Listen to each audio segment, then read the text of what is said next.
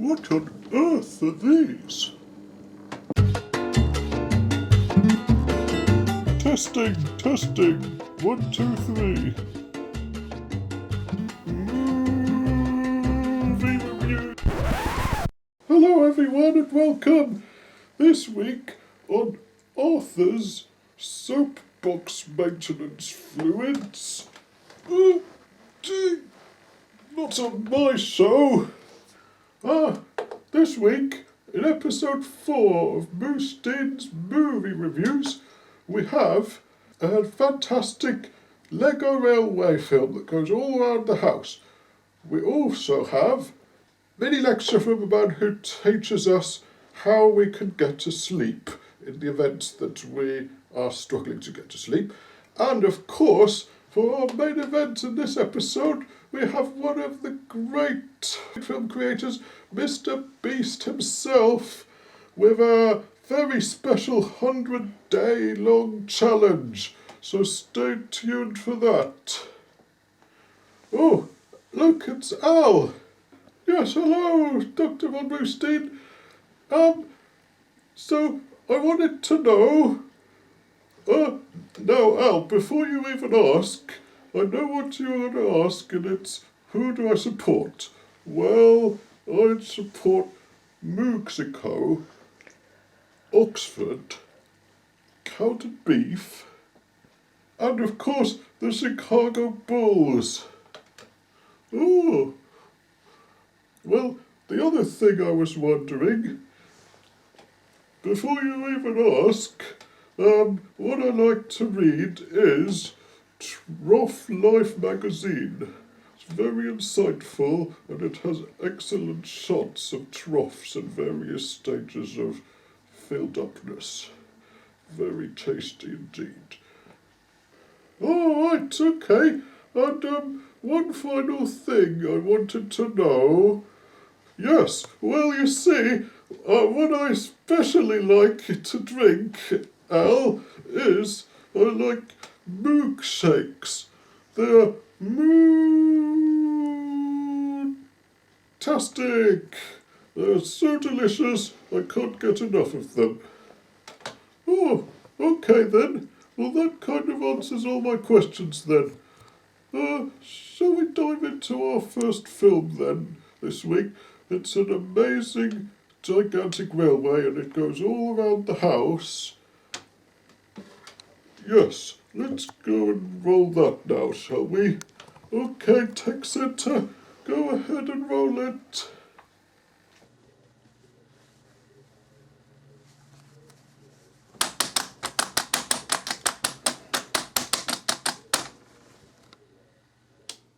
I've recently become hopelessly addicted to Lego. These colourful chunks of interlocking joy have saved me from insanity this last year. I even built myself out of Lego and my girlfriend. But then I built a Lego train set and my disappointment was immeasurable. This measly loop of Wow, I've never seen anything like that before. Al, what do you make of that? Well, as a travel industry expert, I could certainly make good use of that train. In fact, I think I might have gone to Legoland on it once recently. In answer to your question, Cabbage, I thought it was good and fun and good fun and there were many good ideas. Moostein, tell us, was it up to your high standard? Yes, I thought it was a solid 2.5 hooves up with fantastic point of view effects and the best bits were at the end. Well, look, it's promising to be a rather delightfully sunny day on the meadows. and the vegetable garden is looking rather tempting and juicy and nice. Excuse me while I have a closer inspection. Oh, you see, the guard pigeon is guarding the garden for us. Oh yes, Clement indeed. And we are expecting a full moo for tonight. Gustavina, who do we have as our sponsor this week? Well, we have Asleepberries, a very nice place to shop. In fact, I do all my shopping at Asleepberries. It's very nice there, and they have absolutely everything you could want. It's almost as nice as Lidl's. Asleepberries, a very nice place to shop. Asleepberries. If you don't like it, you've lost the plot. Oh, thank you for that, Gustavina. And for your recommendation now, Gustav. Gustav's Balloon Emporium. Proud to sponsor Moostein's Picks. Gustav's Balloon Emporium, the bestest place to get all your balloons and to stick them everywhere. Where is Gustav's Balloon Emporium? How do I find it? Oh, actually, I'm not going to tell you. Mind your own business. Oh, Gustav. Typical for Gustav. Well, just to let everyone know, I've decided to fire the human, as he was not sending out the happy vibes after that drink incident, and he was utterly useless anyway. But I have decided that he can still do all the cleaning up after the show. So we might keep him around just for that. Just a reminder everyone to please all subscribe to my MooTube channel. It's very important. Subscribe, don't just view it. Thank you very much, people. Now, Nigel, what are you doing here? Hello, Moostein. I actually just came to say I really love beans. Beans, they're great. You can have French beans, runner beans, green beans, haricot beans, baked beans. Oh, they're my favourite. Soya beans. Oh, I'm getting really excited now. Thank you very much for that, Nigel. Anyway, we can totally smell that you like beans anyway. Poor, that's off the scale. Yes, I quite agree, and oh dear, I can hardly bear it myself. Well, in our second film for episode 4, we are going to have a TED Talk on how to fall asleep. Another subject I'm very good at, as I like to sleep through the winter. In fact, personally, I like to sleep solidly from October right through to May. I find it therapeutic, and oh, look, it's starting now. Sirens are blaring above me. I'm laying on a stretcher in the back of an ambulance. My doctor just told me I'm having a heart attack. I'm trembling. My arms are tingling, and this pain in my chest is crushing me from the inside. Tracy and the kids have no idea where I am. I might never get to hold them again. This can't be happening. My life cannot be over. And yet here I am, probably dying. But it doesn't happen. Instead, I get extracted from my good life and thrust into a reality out of my control. I've got tubes jammed in my veins, sensors covering my chest, and a cold silver bed plant waiting patiently beside me. Captain. Oh, well, I'm certainly glad he takes it as a compliment that the audience yawns when he's presenting. In fact, I feel kind of tired myself. Oh, and Moostein.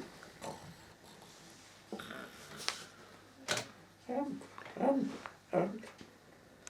oh, never mind. Oh, well, I guess that means that I'll have to score it. Well, let me see now.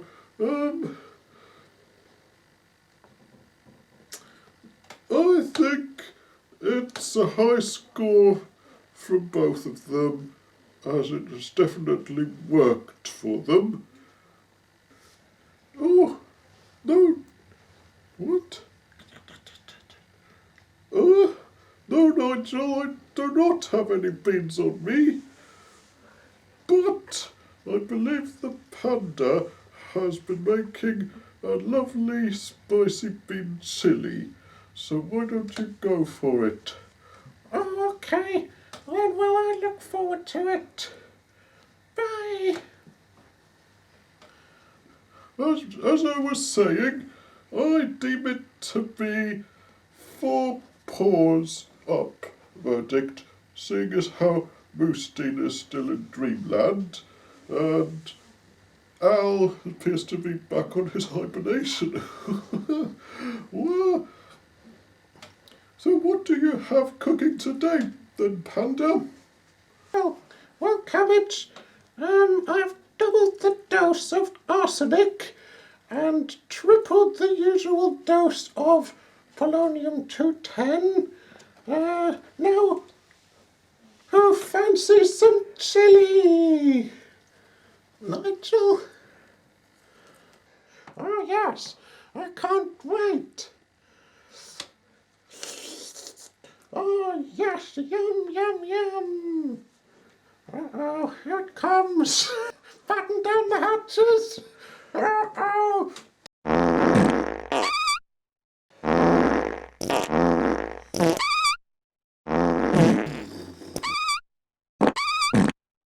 No, it's failed again. It seems he's still around, eh?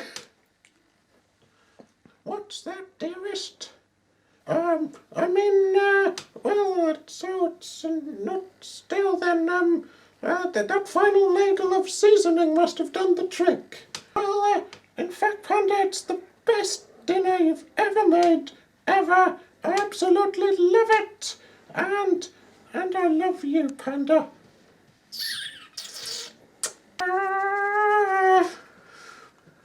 It was so hungry. Bloody backfired again. Oh, well, okay, everybody.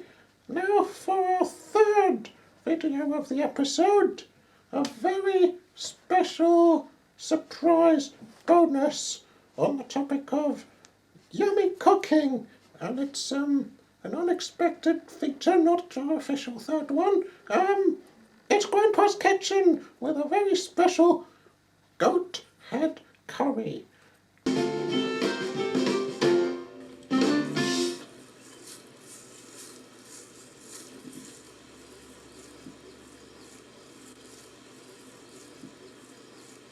Hello everyone, how are you? Welcome to my channel.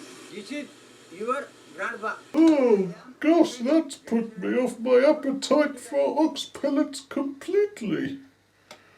I give that no hooves up. Big round 0. What's that, Nigel? Well, Dr. von Moostein, it's funny you should say that.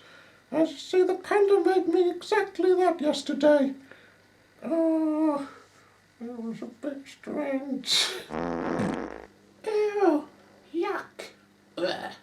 That was disgusting. Oh, there. Dr. von Moostein, can you change the subject, please, and bring this episode forward? Okay then, well, returning to that TED talk on sleep we had earlier just briefly, well, I never knew you could have a human do a talk, and it'd still be listed as a TED talk. Get it? Teddy bears? Anyway, I'd understand if it were Al delivering it. Yes, TED talk. That's Yeah. I agree. Now just a quick question. Moostein, do you ever have anxiety issues about going anywhere? I guess, Covet, I have trouble going into a china shop or any section of a store that has intricate porcelain ornaments set up everywhere. In fact, I have nightmares about it all the time. But I'm not sure why. Any ideas, Al? Well, Dr. von Moostein, maybe some things just weren't meant to go together.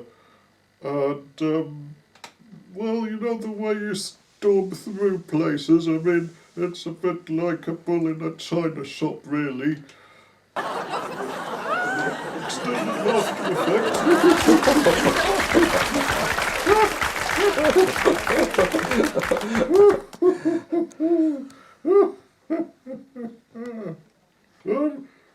Everybody out there, you know those times when you find yourself in a shop and all of a sudden you've turned around and done a few things and all of a sudden everything is in pieces on the floor and you're feeling kind of down and you need a little pick-me-up?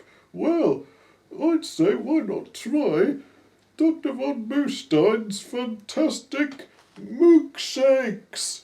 Yay! Milkshakes, they're fantastic. Have a drink, have a milkshake, have a nice one on me. They're so good and refreshing, and they make me feel like I'm me again.